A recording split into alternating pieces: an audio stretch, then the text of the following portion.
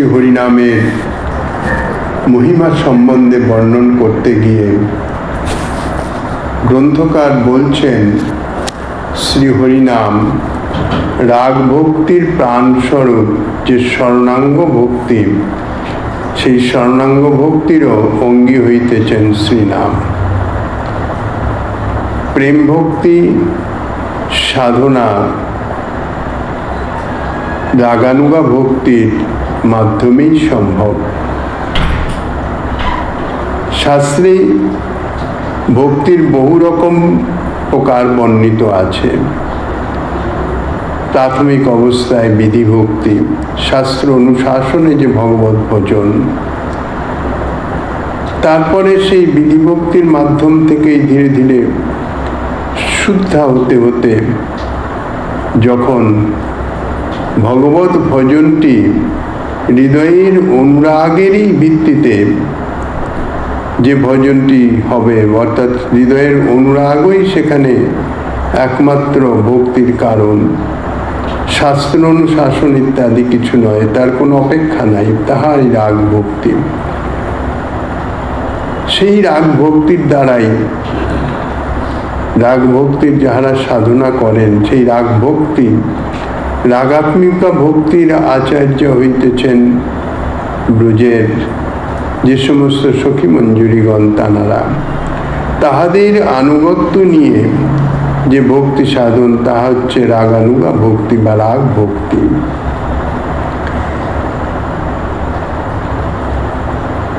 ব্রজের নিকুঞ্জ সেবা প্রাপ্তির নিমিত্ত যে মঞ্জুরি ভাব সাধনা, যাহা শ্রীমন মহাপ্রভুর মহাদান এই কলিহত জীবের সম্বন্ধে, তাহা প্রাপ্তির একমাত্র উপায় এই রাগানুগা ভক্তি বা রাগ ভক্তি।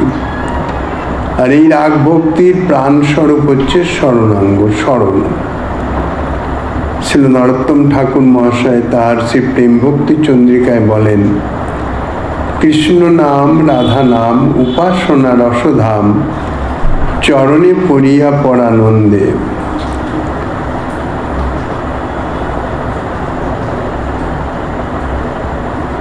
মরণে স্মরণে প্রাণ, মধুর মধুর নাম, বিলাস যুগল স্মৃতিসার, সাধ্য সাধন এই ইহা বই আর নাই, এই তত্ত্ব সর্বসিদ্ধিসার।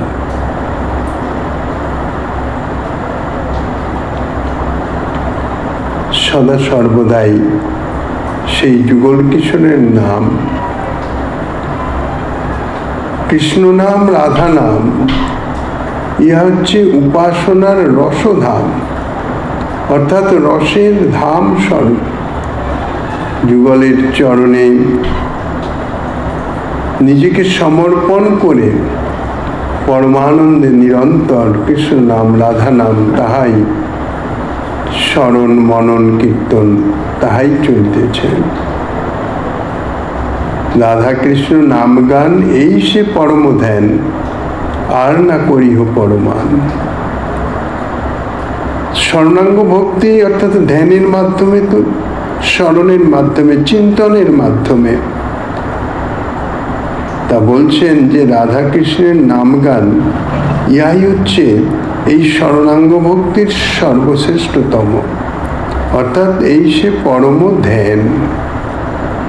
আর না করিও পরমান, আর কোনো প্রমাণ খুঁজতে যেও না, নিরন্তর রাধা কৃষ্ণ নাম গানই করো, যুগল নাম কীর্তন।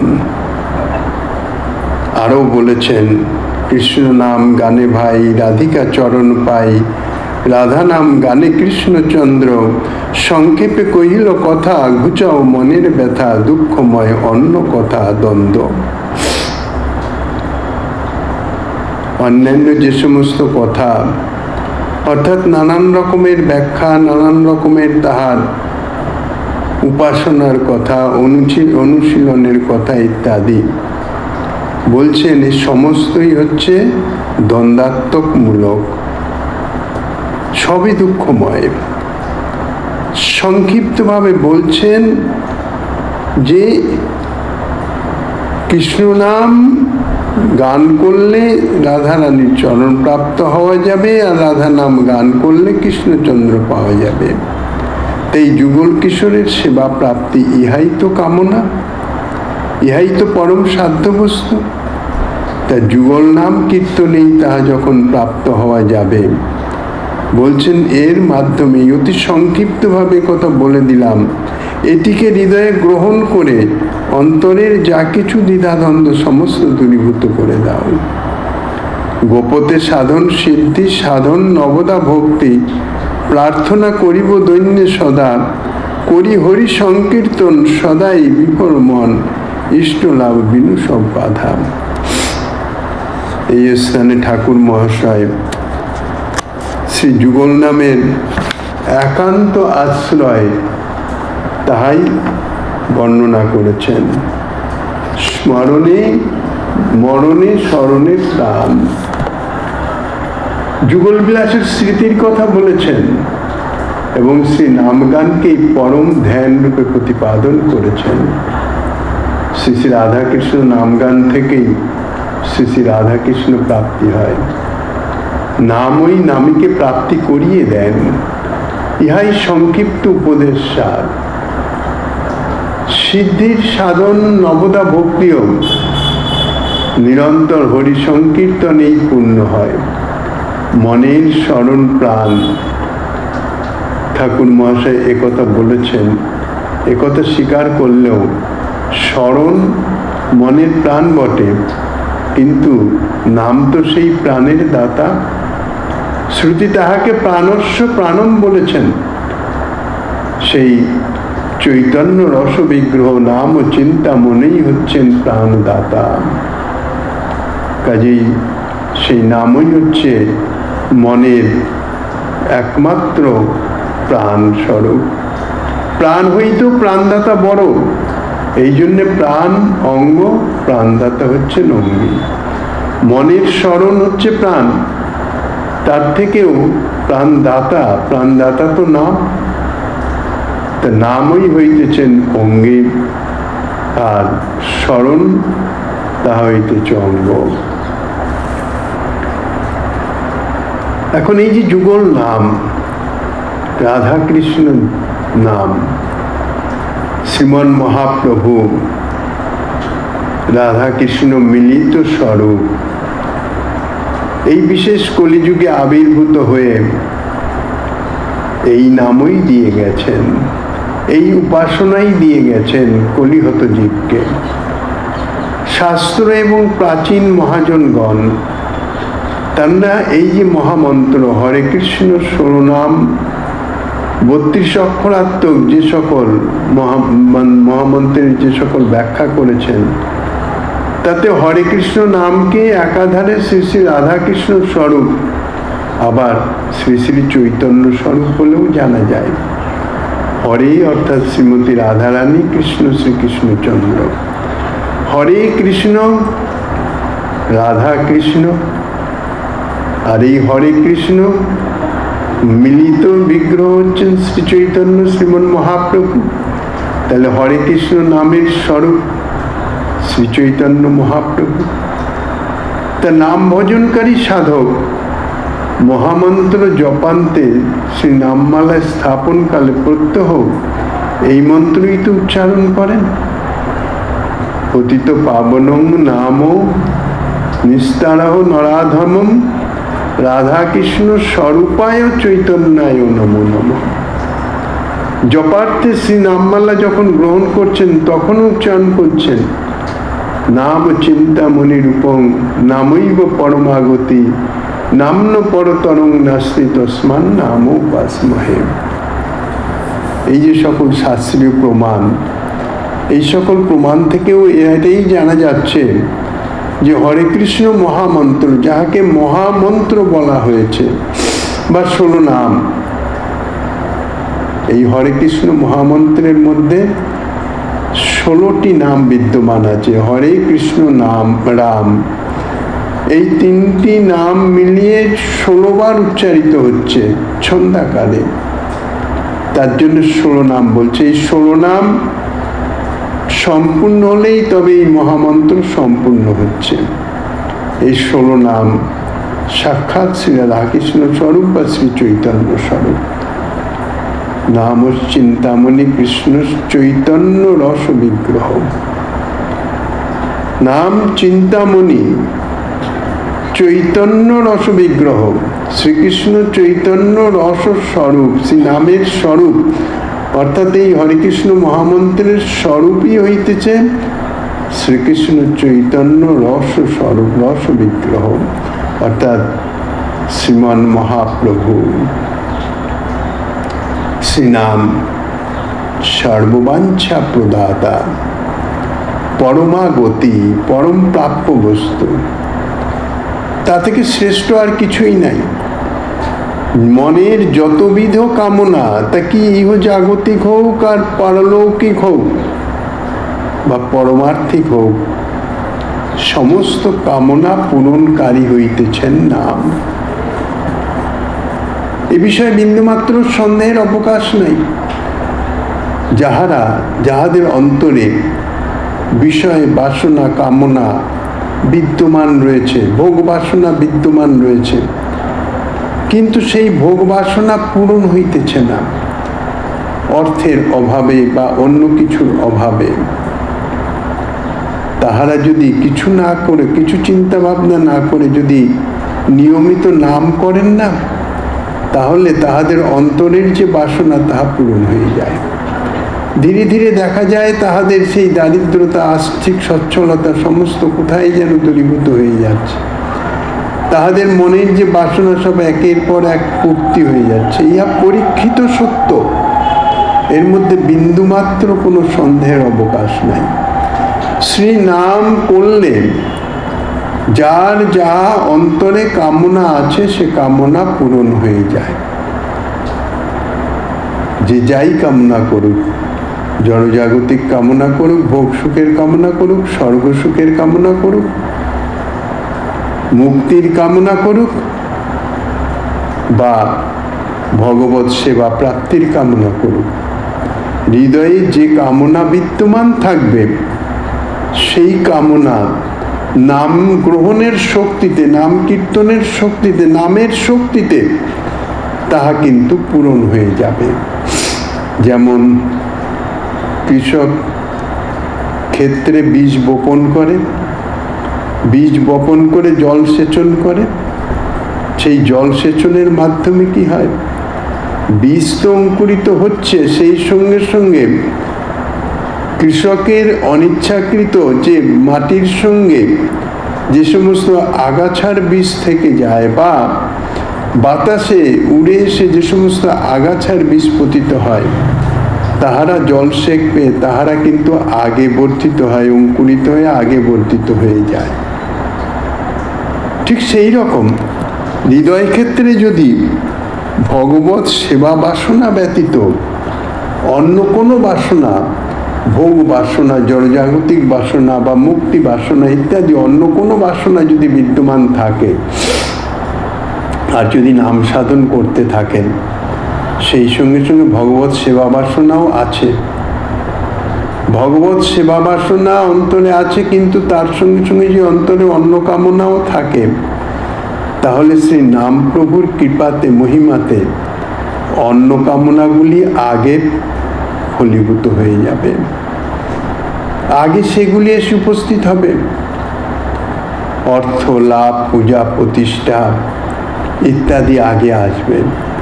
এখানেই সাধকের চরমতম ভ্রান্তি। সাধক মনে করেন ইহা প্রভুর কৃপা, কিন্তু ইহা প্রভুর কৃপা নয়। প্রভুর কৃপা বাস্তবিক প্রভুর চরণে প্রীতি, গাঢ় প্রগাঢ় প্রীতি লাভ, ইহাই হইতেছে প্রভুর যথার্থ কৃপা। আর বাকি যাহা তাহা স্বাভাবিকভাবে নামের স্বাভাবিক শক্তিতে হৃদয়ের যে কামনা বাসনা তাহা ফলীভূত হয়ে যায়। সেখানে হৃদয়ের কামনা বাসনাই হচ্ছে তাহার জন্যে একমাত্র দায়ী। কিন্তু সাধক মনে করেন যে ইহাই আমার প্রভুর পরম কৃপা, প্রভু কৃপা করে আমাকে সব দিচ্ছেন, কাজে স্বচ্ছন্দে সে সেই ভোগ বিলাসে লাভ পূজা প্রতিষ্ঠার মোহে আবদ্ধ হয়ে সেদিকে চলে যায়। এই জন্যে এই যে হরিনামের মহিমা বলছেন সর্ববাঞ্ছা প্রদাতা, সমস্ত রকমের বাসনা তাহার কামনা বাসনা তাহা প্রদান করেন শ্রীনাম। আর নামই পরমাগতি, আর নামই হচ্ছে পরম প্রাপ্য বস্তু। যাহারা শ্রী নামের উপর একান্ত ভরসা করে, একান্তভাবে, এই একান্ত শব্দটি অত্যন্ত ব্যাপক। এখানে অন্য কোনো রকমের কোনো ভাবনা চিন্তা তাহার আভাসও থাকবে না। যদি সেইভাবে নামে আশ্রয় গ্রহণ করতে পারেন, তাহলেই শ্রীনাম প্রভু অর্থাৎ অন্তরের অন্যান্য কামনা বাসনাকে দূরীভূত করে দিয়ে, যার জন্য বলেছেন ভক্তি বীজ অঙ্কুরিত তো হবে, কিন্তু খুঁটিনাটি সব ত্যাগ করতে হবে। শ্রীমন মহাপ্রভু উপদেশ দিয়েছেন শ্রীরূপ গোস্বামীপাদকে, জল সেক প্রাপ্ত হয়ে যে খুঁটিনাটি আগাছা যাহা যাহা বর্ধিত হয়ে যাবে শীঘ্র, এবং মূল যে ভক্তি বীজ তাহা বর্ধিত হতে পারে না। তাই খুঁটিনাটিকে আগে, অর্থাৎ খুঁটিনাটি মানে কৃষ্ণ সেবা ব্যতীত অন্য ইতর বাসনা সব, সেগুলোকে অন্তর থেকে একটা একটা করে উপড়ে ফেলতে হবে। উপড়ে ফেলতে হবে মানে তার মূলও যেন সেখানে না থাকে। কেননা মূল যদি থাকে তো জল সেঁকবে, আবার সেখান থেকে অঙ্কুরিত হয়ে যাবে। এই জন্যেই সর্ববাঞ্ছা প্রদাতা শ্রী নাম আশ্রয় গ্রহণ করলে যদি এই সমস্ত খুঁটিনাটি অর্থাৎ অন্তরের অন্যান্য যে কামনা বাসনা, এমনকি পারমার্থিক বাসনা, শ্রী ভগবত সেবা করে আমি একটু পরমানন্দ প্রাপ্ত হব, প্রেমানন্দ প্রাপ্ত হব, প্রেম প্রাপ্ত হব, এ জাতীয় বাসনাও যদি হৃদয়ে থাকে, তাহলে তাহাও সেই খুঁটিনাটির মধ্যেই পড়বে, শুদ্ধা ভক্তিতে পরিণত হবে না।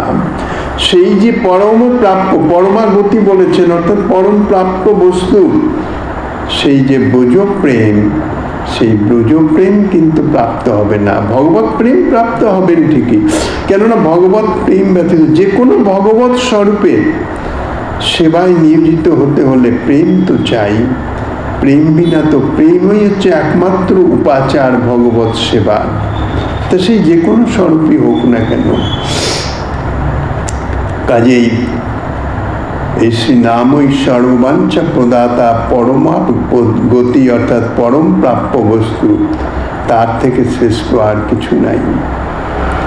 শ্রী শ্রী রাধাকৃষ্ণ এবং শ্রী চৈতন্য যে রূপ পরতত্ত্ব সীমা, শ্রী শ্রী রাধাকৃষ্ণ আর শ্রী চৈতন্য একই তত্ত্ব তো, একটি ভিন্ন ভিন্ন স্বরূপে, একটি মিলিত স্বরূপে, এই যা তফাৎ। তাহাদের আবাহক তা ভিন্ন, নামও সেই রূপ পরতত্ত্ব সীমা। অর্থাৎ নামও শ্রী চৈতন্যের অভিন্ন, অভিন্নতা তন নাম নামিন। তাহাদের উপাসনা প্রণালী যে শ্রী নাম সংকীর্তন, ইহাই হইতেছে অভিধেয় তত্ত্ব সীমা। অভিধেয় অর্থাৎ ভক্তি, যার মাধ্যমে এই যে সম্বন্ধ, অভিধেয় প্রয়োজন, প্রয়োজন তত্ত্ব হচ্ছে প্রেম। শ্রীমন মহাপ্রভু যা শিক্ষা দিয়েছেন সনাতন গোস্বামীপাদকে, জগৎ জীবের উদ্দেশ্যে, জীবের প্রয়োজন কি? একমাত্র প্রেম। সেই প্রেম প্রাপ্ত হতে গেলে চাই, অর্থাৎ প্রাপ্তির উপায় হইতেছে ভক্তি সাধন, যাহা অভিধেয় তত্ত্ব বলা হয়। সেই সাধন বহুবিধ আছে। তো সেই যে অভিধেয় তত্ত্বের সীমা অর্থাৎ চরম সীমা হইতেছে শ্রীনাম সংকীর্তন। পরতত্ত্ব সীমার প্রকাশিত অভিধেয় তত্ত্বটি পরতত্ত্ব সীমা ব্যতীত আর কিছুই নহে। আর এই কলিযুগে বিশেষ যুগধর্ম এই কলিযুগের হইতেছে নাম সংকীর্তন, নামের প্রচার। কলিযুগে যুগধর্ম নামের প্রচার, তার লাগি পীতবর্ণ চৈতন্য অবতার। বাহুতুলি হরি বলি প্রেম দৃষ্টে চায়, করিয়া কলমশ নাশ প্রেমেতে ভাষায়। কলিযুগের স্বয়ং শ্রী যুগল কিশোর মিলিত তনু শ্রীমন মহাপ্রভু অবতীর্ণ হয়েছেন। যখন স্বয়ং ভগবান অবতীর্ণ হন, তখন অন্যান্য যত অবতার আছে সব তাতে মিলিত হয়ে যান। কেননা স্বয়ংয়ের মধ্যেই তো সব আছে, অংশীর মধ্যেই সব অংশ আছে। অংশ কলা যত যত অবতার সব অংশীর মধ্যেই বিদ্যমান। তো শ্রীমন মহাপ্রভু তিনি স্বয়ং অবতার। কাজেই যুগধর্ম প্রচারণের নিমিত্ত যে যুগাবতার স্বরূপ, প্রতি যুগেই যিনি অবতীর্ণ হন যুগধর্ম প্রবর্তনের নিমিত্ত, তিনিও শ্রীমন মহাপ্রভুর মধ্যেই বিরাজিত। এবং শ্রীমন মহাপ্রভু এই যুগধর্ম নামের প্রচার, তার জন্য কি বলছেন, কি করছেন? বাহুতুলি হরি বলি প্রেম দৃষ্টে চায়, করিয়া কলমশ নাশ প্রেমেতে ভাষায়।